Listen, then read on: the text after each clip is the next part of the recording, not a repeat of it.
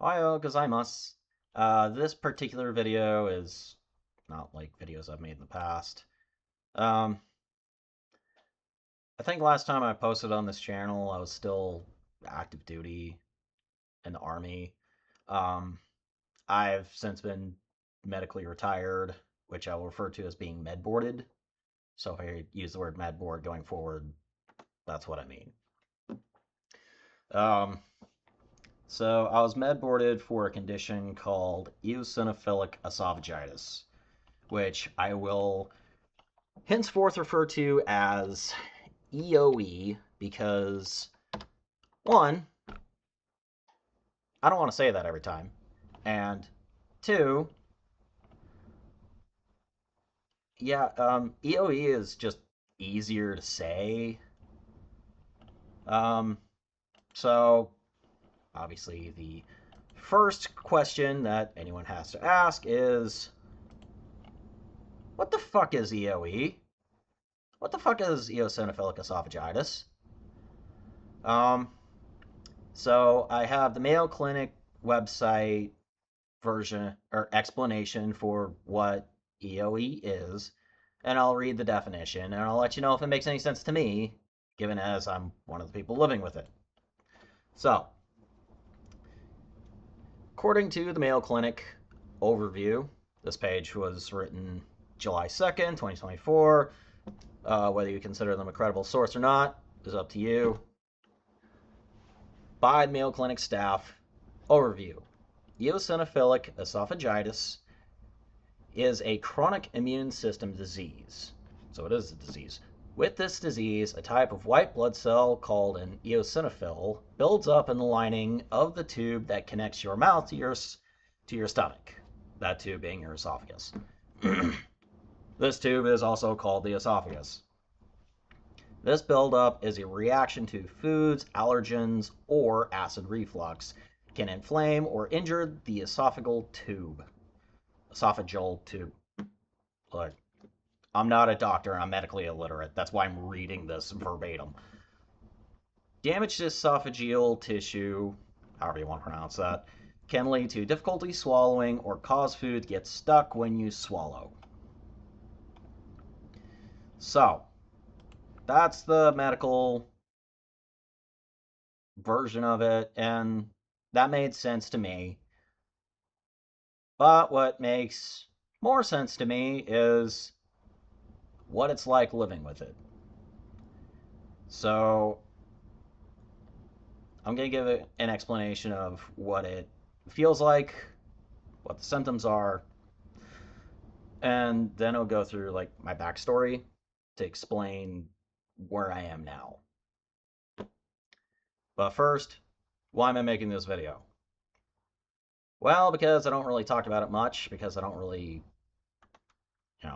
get that far either into a personal relationship, be it platonic or romantic, whatever, or um, I don't feel the need or I just don't want to, given the situation. Well, I want to talk about it. That's why I'm doing it now. So, content warning, I guess. I'm going to be talking about some rather gross symptoms. So, if you're eating, I recommend you either uh, go do something else, or not that, but like finish what you're doing, let your food settle first, and then come back. Or don't, up to you. Um, Basically, it's or it does get gross, and if you're eating right now, watching this, listening to this in a second window, whatever, I recommend you don't eat or do something that might cause you problems. That disclaimer out of the way, the easiest way to, like, the Mayo Clinic said something about difficulty swallowing. That is the understatement of the century. Uh, well, no, it's not, but it is a massive understatement. So to give context, here I gotta raise my neck so that you can see under my beard. Your food will get stuck somewhere between here and here in your esophagus. Because, like the website said, your esophagus runs all the way down your stomach. It's not a separate tube, like once it gets past your throat. It's all one tube.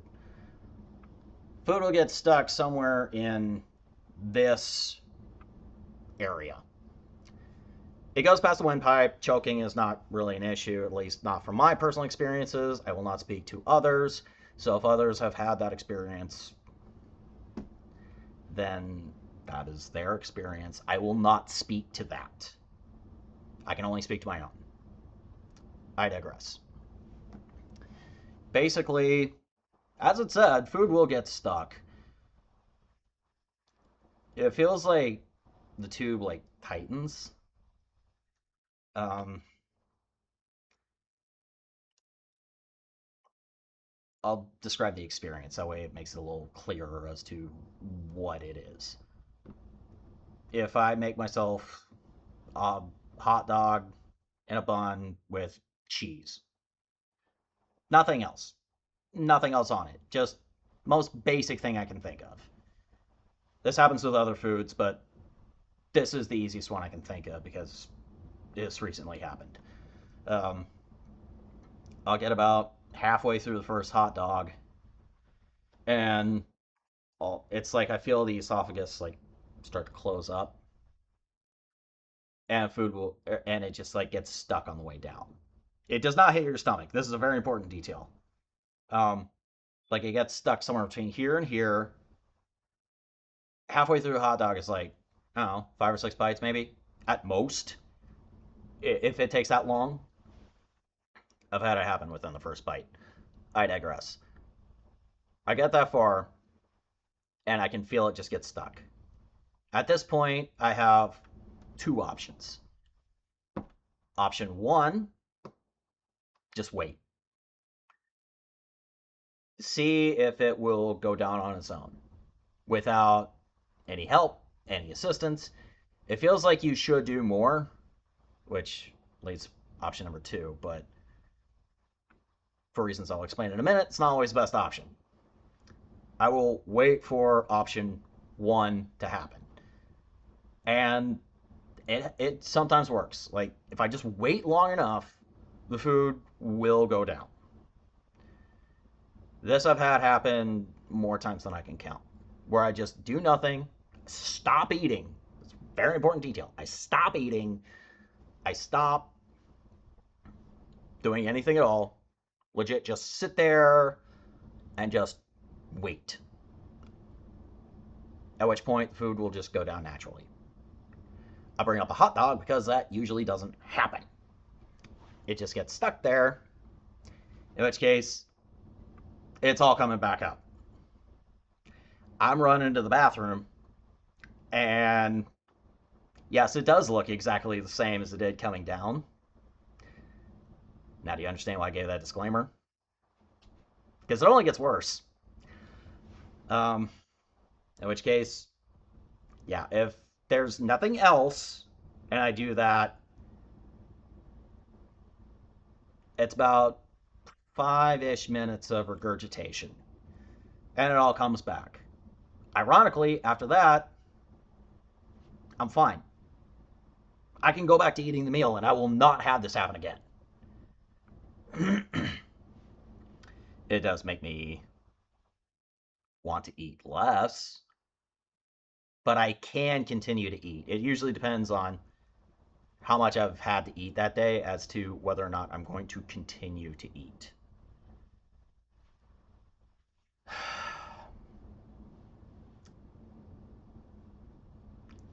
It's kind of a coin flip as to whether or not it works. Um, I haven't kept exact statistics, and I'm not going to keep exact statistics, but that can happen. Usually, it's just a matter of feeling like it gets stuck, completely slows everything down, and I don't want to keep eating. Then there's option number two, the one that probably came to your mind first. Wash it down. When it works, it works. It's almost like you're pushing, like you're physically, let's just say you don't know you can use your esophagus independent of the rest of you until you have to do it. It is possible. I know because I've done it. Glass of water. I have a glass of water with every meal, or fairly some kind of liquid with every meal for this reason. I'll get into that later. And it's like you're pushing it down. But you can't drink too much.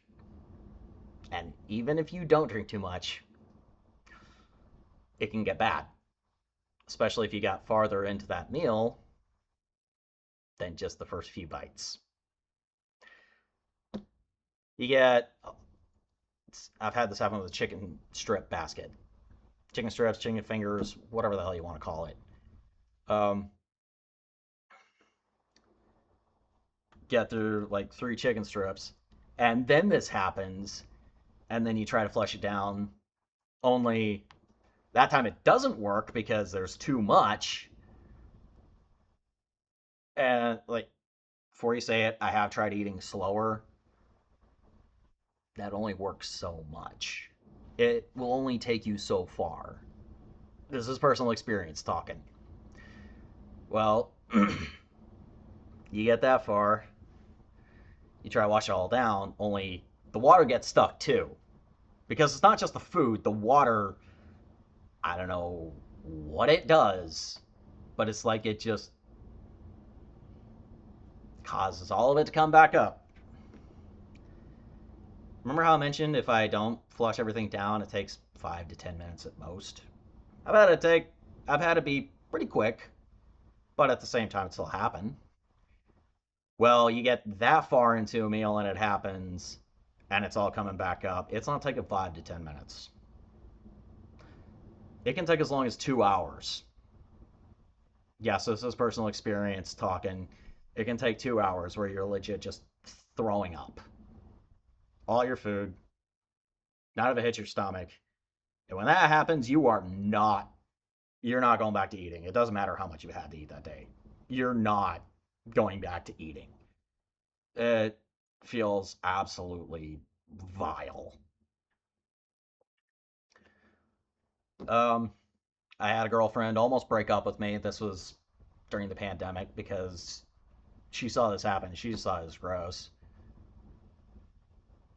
Um, for other reasons, she and I are no longer together, but just to give you some kind of idea of how gross it can be.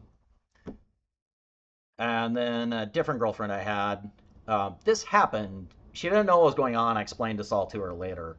Uh, it was at her house, and she came into the bathroom for like 10 seconds with a plastic cup, handed it to me, and said, "So you can wash your mouth out when you're done. And do what you got to do." Um, yeah, let's just say she handled it a lot better. But the reason I bring all that up is because it changes how you approach your daily life, people, work, where you go, when you go places, when you do anything. Um, I mentioned earlier that I don't really get far enough into relationships to really bring it up. Well, it's because I was already like months, if not a year, into those relationships when that conversation happened. It wasn't really necessary. And no, it wasn't at the forefront of my mind when I was trying to make dates. But at the same time, it does affect how you approach just social interactions. It does make a difference. Um, I don't even like going to sporting events anymore, and I'm a huge baseball and football fan. I would rather watch them at home on TV because, if I'm eating wings or something at home, then I run to the bathroom. The only thing I got to worry about is my cat going to be able to roam free? And the answer is yes. In which case, I can handle it myself.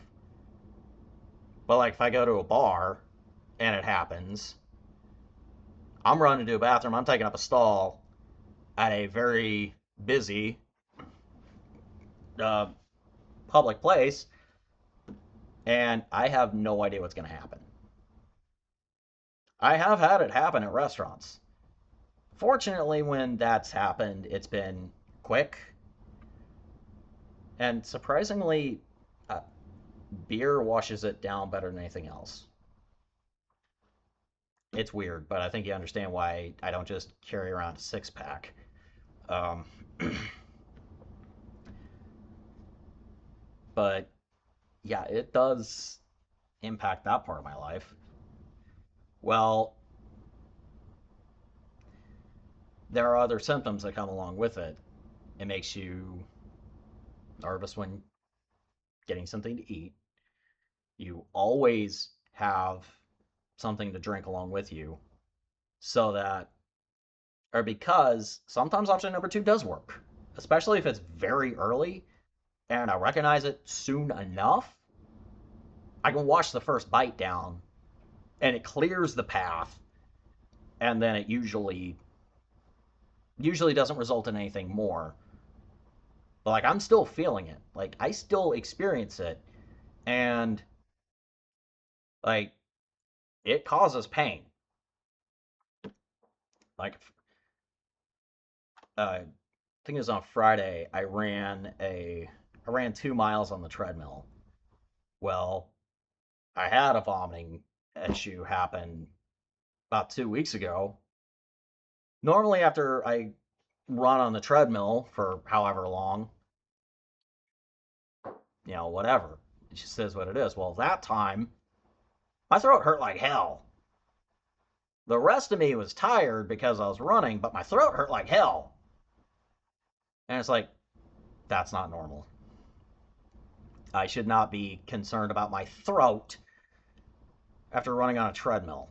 So, yeah, it affects how, like, I do my regular daily routines, if I even bother to keep those routines at all.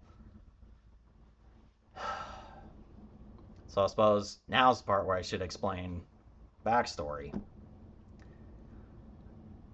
Um, I mentioned that second girlfriend who gave me the plastic cup. Well, I explained all that to her. I was like, I get tonsil stones and whatnot, and I've heard other people say, they throw up after eating too fast. And she's like, I sat here and was present when all this happened this time. That's not what happened. It wasn't you were just eating too fast. Something's going on. Like you need to figure out what's going on. Because I've just been pushing it off for years. Like either because I had a goal in mind or because it was more, I viewed it more as like a nuisance than as something that needed to be treated.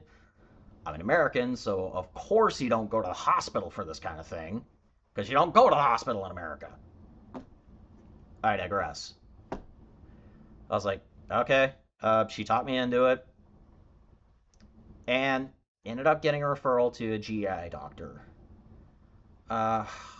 I want to say GI stands for gastrointestinal. Basically, it's a doctor that examines basically the entire digestive tract from when it enters your esophagus to when it exits. So I'm not going to get into the exit part, though it does get gross later.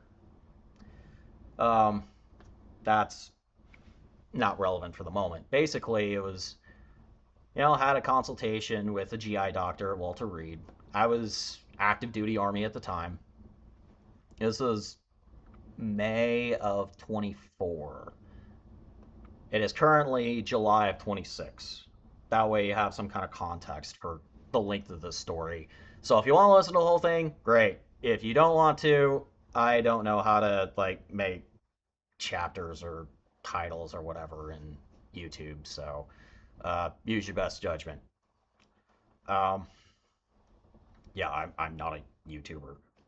I just I digress. I went to the GI doctor, and it was only like an hour to half hour long, or half hour to hour long consultation. I don't remember, but I was explaining all these symptoms to her, like this is a thing, da da da da da, and she's like, "Yeah, I'm pretty sure you have eosinophilic esophagitis." To which I had this look on my face.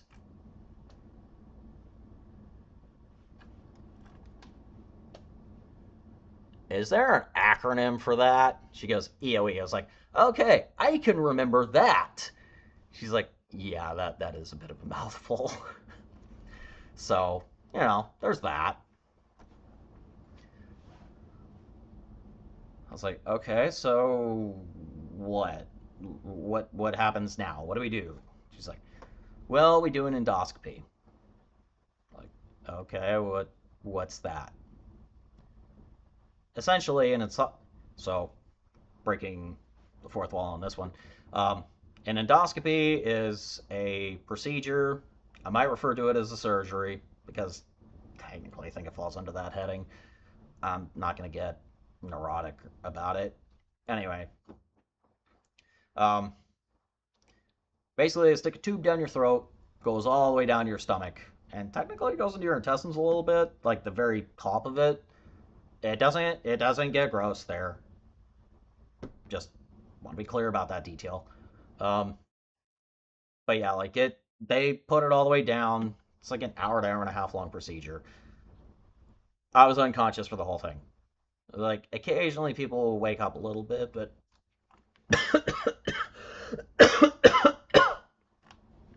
occasionally people wake up a little bit during. But if they do, they don't remember it later. I will tell you if you did, but if you didn't, we'll just yeah. Well, apparently I was knocked out the whole time. I had two of these procedures, by the way, and I was knocked out the whole time. Just to clear that up. I'll get to the second procedure later. But like okay, we have a we have the ability to give you this procedure in July of 24. Like, uh, okay, do what you got to do, doc.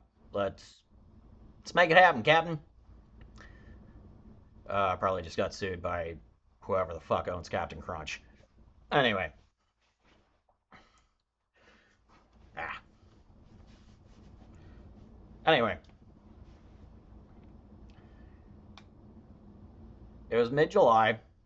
My then girlfriend drove me to and from the procedure because um, you're not allowed to go without a driver. Like it's actually like it is mandatory. You will get turned away at the door if you and forced to reschedule if you don't have a driver because believe me, the anesthetics and drugs they give you during the procedure, you're not functioning after the fact. That's not happening. So my then girlfriend drove me to and from the procedure. Um,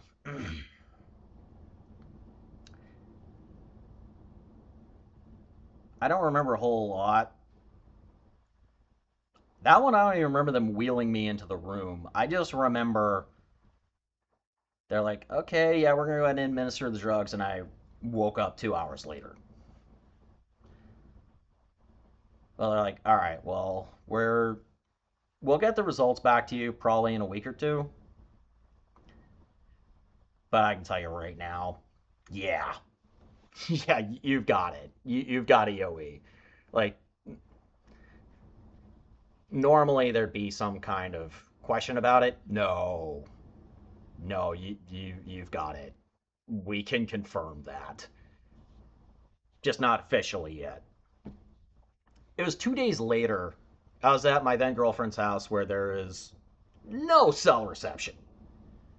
I'm not going to say her name to make this easier, and I'm not going to say where she lives because, one, she's not here to okay it, but two, because I don't want to give her personal information out, especially since I haven't spoken to her in quite a while at this point.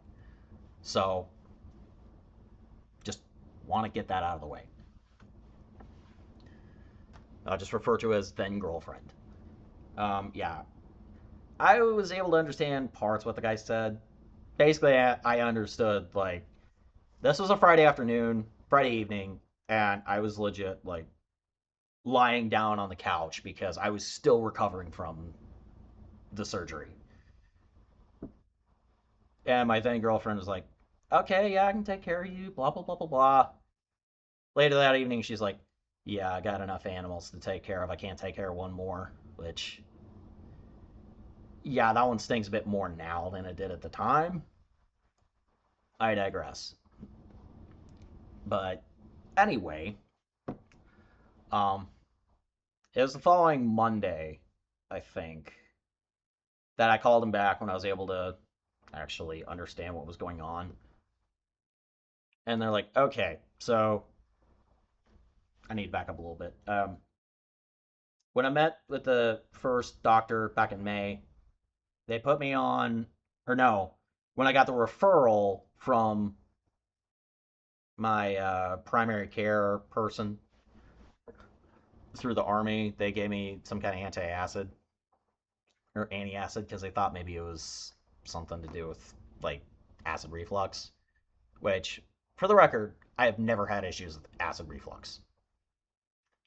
At least not since I was in like fifth grade. And kids are weird, so enough about that. They put me on that for a little bit, didn't work, didn't change anything. Um, After the procedure, they put me on three medications. One was an antacid, but that's because it worked in tandem with the second one, fluticasone. What is fluticasone? I didn't bother to look that up, but I can explain it. Basically, it's like a dry powder thing. It comes in an inhaler, but you don't inhale it. You breathe in, you breathe out, make sure your lungs are empty. You squirt the thing, powder comes in, you swallow the powder, and then you can neither eat nor drink for the next half hour. Minimum. Well, that antacid you take before the meal, the fluticasone you take after the meal, and you have to do it 3 times a day. Those are those two medications. The third one they put me on was Pylera because during the procedure they discovered that not only do I have EoE, that I had an H. pylori infection. I have no idea how long I lived with that. To this day, I have no idea. I have no idea what caused it. I have no idea when I got it. Apparently, you get it from like drinking infected water or something. And apparently, globally, like it's a serious like disease, like infection that like a lot of children have globally, which I never even heard of it at that point in my life. But yeah, I had an H. pylori infection. So they put me on Pylera, which is a special type of antibiotic, which is designed to kill stomach infections. Because apparently penicillin just doesn't do it. Look, I'm not a doctor, and my knowledge of anatomy and physiology are that those are words. So don't ask me details on that kind of thing. All I know is that they put me on Pylera. I was already taking fluticasone and whatever that antacid was. I don't remember, and frankly, I don't care. If I heard the name, I'd probably be able to tell you whether or not it is right or wrong. But Pylera, I was also taking, I think, 4 of those pills every single day for 10 straight days. I hated that experience more than I hated the EoE. It's like, will this infection really kill me? Now, I did take it as advised. I did follow doctor's orders because I don't know better than my doctor. I am not one of those dumbasses who thinks that they know their body better than their doctor does. It's like, no, you don't. So I followed doctor's orders. Anyway, took the took that for 10 straight days. I think it was like 4 capsules a day. I remember I was taking like 16 doses of something for 10 straight days. Oh God, there are times I would like to go back to in time. There are times I would not like to go back to in time. That I have no desire to relive that experience. Um, yeah. Before that, I was going to the bathroom. I don't know, twice a day. During that experience, I was going to the bath. I mentioned it gets grosser. Well, during that time frame, I was going to the bathroom at least 10 or 12 times a day because when you're taking in an acid, that goes through your digestive tract. What do you think your body does with the disease, with the infection? It doesn't just stay there. It's got to get out.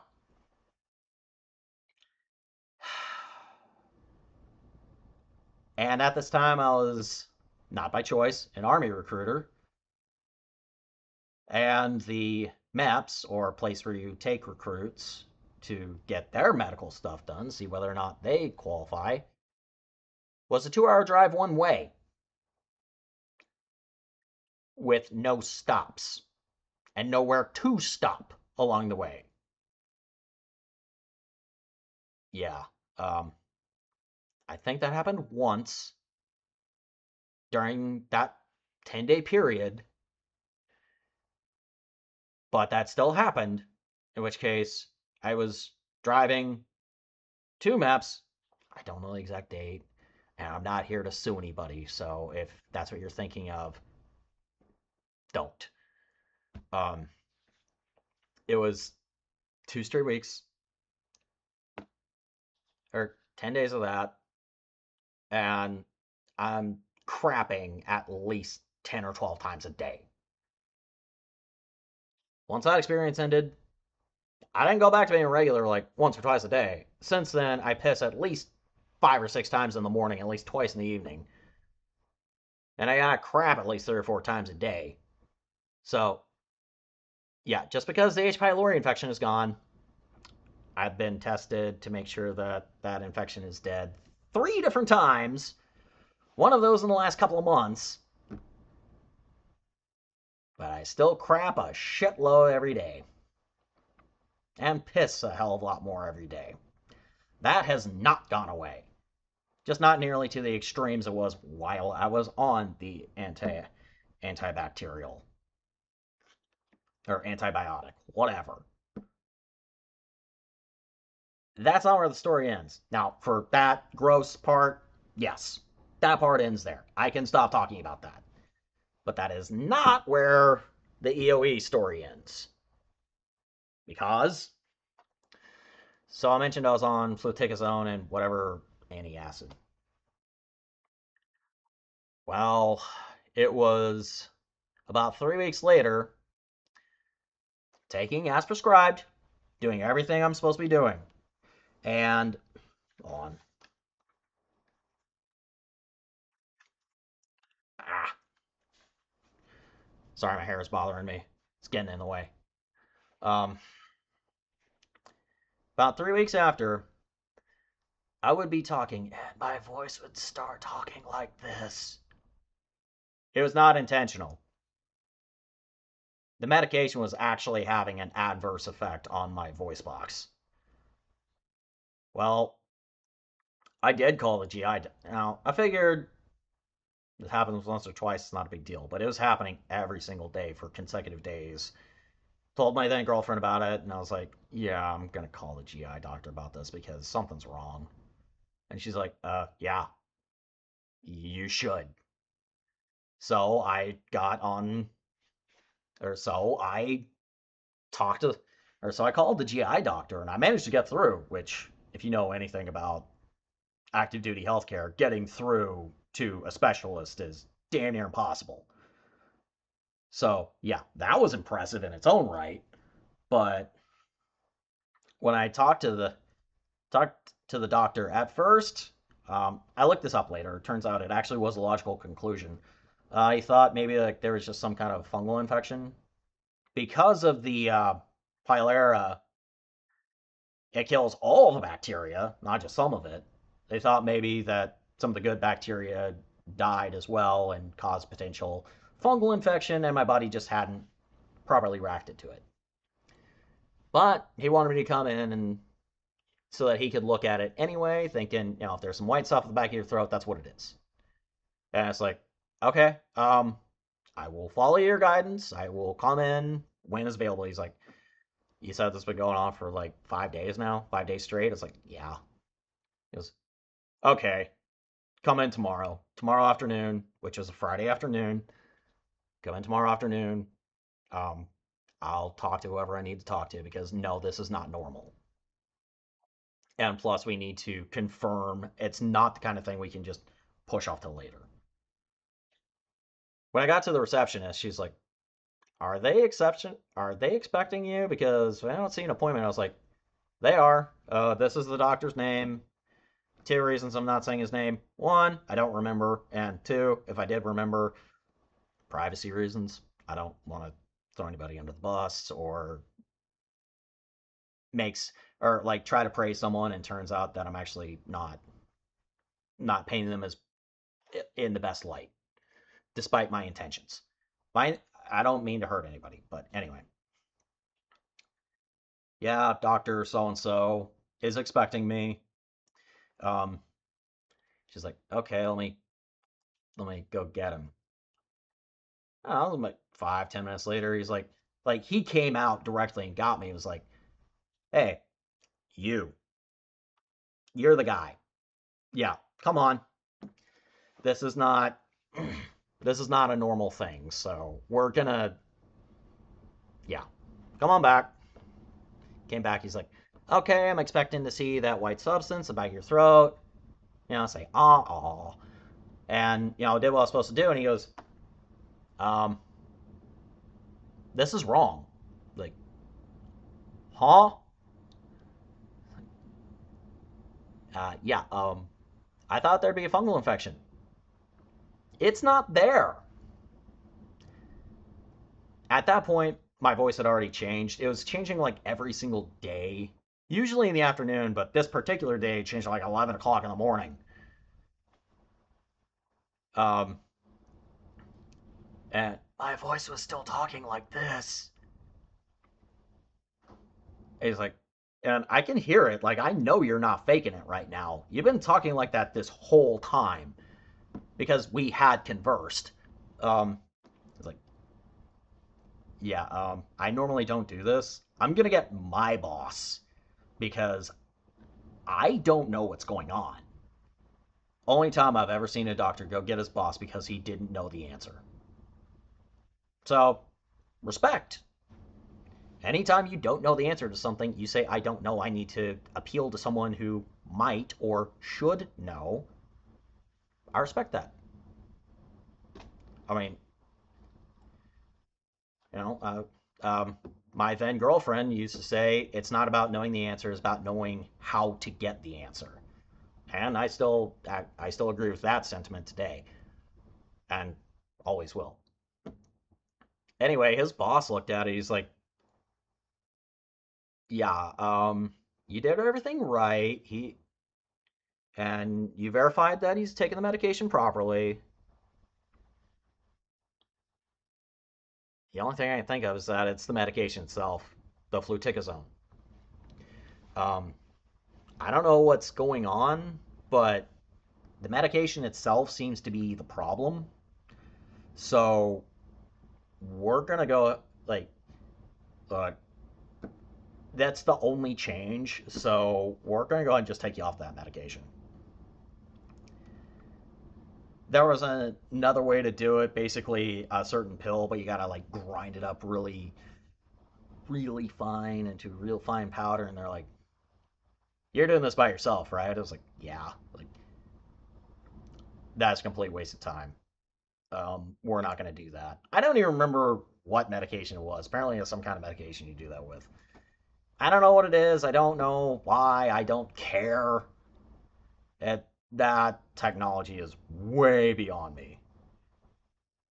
Medical students would have to like look up that shit.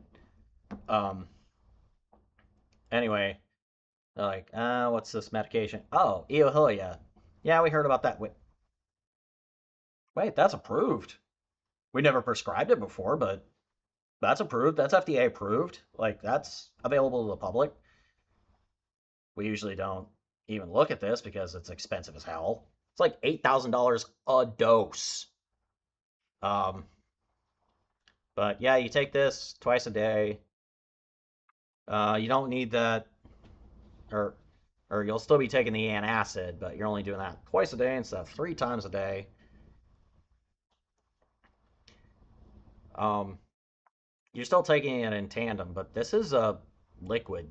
You shake it up well beforehand. Yes, I'm aware of that hand gesture. That's not what I intended. Anyway, um, you just swallow it. You can't eat or drink anything for the next 2 hours because whatever reason. I'm, like I said, not a doctor, not a medical professional. Not going to pretend to understand that. But yeah.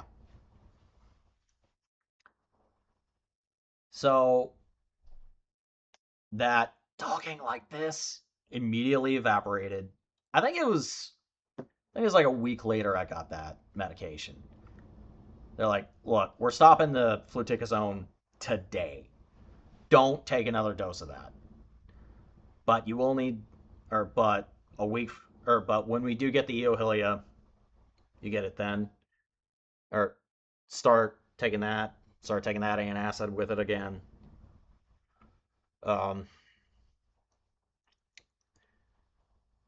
yeah, talking like this disappeared the next day. Literally the next day. It's like, okay, yeah, it was the fluticasone. Yeah, because I did take the antacid when I got the eohilia again, and that voice thing didn't happen. So there's your evidence for that. That was the only difference. Anyway, so they put me on eohilia. I was still taking the antacid in tandem. Um, so for catching up purposes, it did stop the vomiting, but those symptoms are still there. The feeling of food getting stuck, still having to wash stuff down, that was still there. But the vomiting itself, the regurgitation, it did take care of that. Um, it didn't have to be refrigerated, but it was preferred that it was a refrigerated drug. Um, don't ask me what eohilia is. I think it's called budesonide, but I don't fucking know. I don't know what it does. I just know it made me not throw up. They're like, okay, well, you're supposed to have a follow up appointment within the next 30 days after the original procedure. I mentioned this was July of 24. Well, the follow up was in October of 24. During that follow up is when the original GI doctor that I met with, because I was meeting with different doctors along the way, she goes, yeah, the fluticasone, like the small particles were getting caught in your voice box, like in your vocal cords. That doesn't usually happen, but it can happen. And when it does, you can't stay on it because while you caught it early enough that no real long term damage is caused, if you had, there would have been long term damage. So, yeah. That's when she throws at me so what are your plans for your career? I was like, um, kind of hoping that this doesn't make me have to stay in the army too much longer because I don't want to be dealing with this while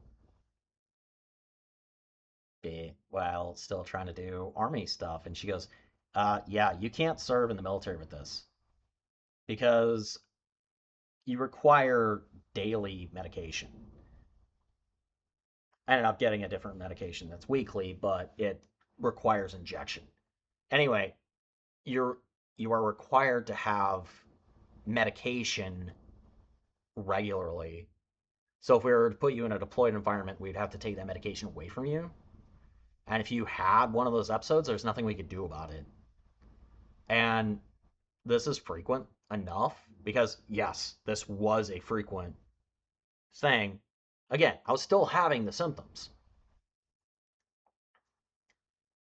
She's like, yeah, at this point, you will be med boarded. There's no ifs, ands, or buts here. You will be med boarded. That is going to happen. Um, but we have to do a second endoscopy. And after those results, we have to prove that you're on long or you're taking medication long term. Then a med board can be pursued. But for the purposes of this, we're going to give you another endoscopy. The timeline here is very important because um, I had another endoscopy in November of 24. Well, my then girlfriend broke up with me, so I couldn't rely on her for a ride to and from. And my buddy Jose, um, he's a good dude. He's like my best friend. Um, he's in the Navy, and he was willing to drive 4 hours one way to take me to the procedure and bring me back to my apartment that I was living in at the time. A friend will help you move. A true friend will help you move to and from the procedure, not the body. Well, my body in this case. So yeah, a true friend help me move the body, mine. um, yeah, that's the only reason I'm bringing that up. But yeah, the local support system I had was gone at that time, and immediately after the procedure, I met with an allergy doctor because, like, in the description at the beginning, it's like eosinophils like has some kind of allergic reaction, which I have no fucking clue why that happens. Again, not a doctor, not a medical professional, but because it causes like an allergic reaction, I ended up meeting with an allergy doctor. He goes, "Oh yeah, I know what EoE is. Yeah, just put you on Dupixent, weekly injection. That should take care of the problem." Like, wait, really? We couldn't have just started there. Mention that. Mention the three H. pylori negative tests. Well, I don't know if the doctor told me or not. He said he did, but I was supposed to be off the antacid for like 2 weeks before I took the first H. pylori test, which was that September. He goes, "Wait, you were still taking the antacids. You're supposed to be off that for like 2 weeks." Like, oh, that would have been useful to know. I thought that. I didn't say it. I didn't want to. It wasn't worth the fight. Well, the second time for the um, second endoscopy, I was off the antacids. Um, so they were able to do the H. pylori test, but they also during the endoscopy looked anyway. I'm like, yeah, your H. pylori infection is gone. But but yeah, within a month after that second endoscopy, which confirmed the EoE, um, that allergy doctor officially prescribed Dupixent, and that cleared up all the symptoms. After I was on Dupixent for, I think, 3 months, the doctor and I agreed to stay on it for like an additional 6 months. Then the med board procedure started. And unlike most med boards, mine took 62 days. Yes, I really did count. I've seen med boards take 2 years plus. Mine took 2 months. Got all the way through the med board process. I'm not going to say my percentage because it's not really relevant. What is relevant is that the medication prescription went through like November, December timeframe, I think, because the last medication I took was November of 2025. For context, I signed out of the Army July of 25. And my official like last day was in August of 25. I had enough leave saved up. I could take some time for me and still get paid. But yeah, if you got some leave and you're able to save it up, save it. Um, but yeah, I was only able to continue taking my medication through either November or December. I can't remember the exact last time I took medication. Well, at that point, I had to go through either the VA or private health insurance. And I was trying to avoid the VA because it's the VA. Why would I want to go to the VA for anything? Well, I went through private health insurance and they turned me down multiple times because they're like, oh no, we don't want to pay for that. They gave like official reasons, but it's American health insurance. It's exactly what you think it is. So yeah, fuck them. I did end up going to the VA, and I have my first consultation with a GI doctor on August 31st. I mentioned it as currently June of 2026. August 31st of 2026 is when I had my first consultation. I didn't even get into the VA for my first appointment with a doctor until the end of April of 26. And the referral they put in there, I kept waiting for a call from the GI clinic saying, hey, would, can we get the ball rolling? Because I haven't had medication in 6 months. Well, they canceled the referral because apparently they tried to call me once and send me a letter in the mail through USPS. Let that sink in. And they're like, oh, we didn't hear anything back, so yeah, we're just going to cancel it. I was unaware of any of this. So I called a couple weeks ago when I had vomited, and well, when I called, they're like, um, they canceled it. I was like, what? Like, yeah, we're gonna reinstate this because everything about this is wrong. So the very next day, morning, on the way to work, they called me. They're like, hey, would you like to have that consultation? I was like, yeah, when? Like, it's August 31st. Sound good? I was like, I will make it work. Because at that point, it's like, fuck, I just need this to happen. But yeah, back to having all the symptoms, back to um, throwing up again. And I want to end with this. I keep talking about all these different symptoms. I haven't really gone too much into the pain, but it fucking hurts. I don't mean that emotionally. I mean that physically. Like, your throat hurts. Like, I've had food poisoning before, but the one time I had food poisoning and I was like throwing up in the bathroom, time moved faster because your body's just getting it out. That was like 15 years ago ish. But time moves faster when your body's getting that kind of shit out of your body or getting that out of you.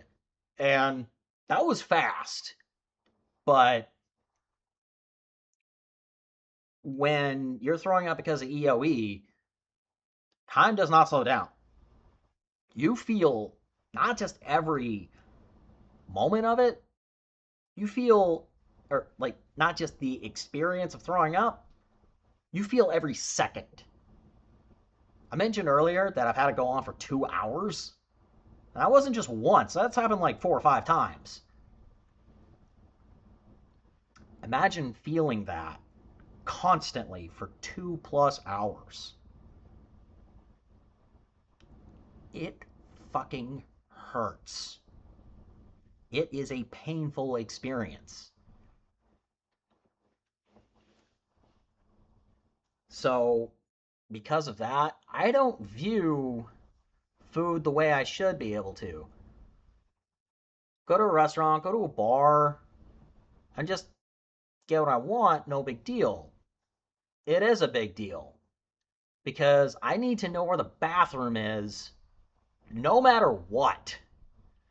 Not because I might need to piss or shit, but because I might need to throw up. Not because I'm sick, but because I got a fucking disease. The way I described it when I was being originally evaluated was every meal is a threat. I still feel that way. Every meal is a threat. And there is not a goddamn thing I can do about it. I wish I had a better note to leave off on, but I don't. So, またね。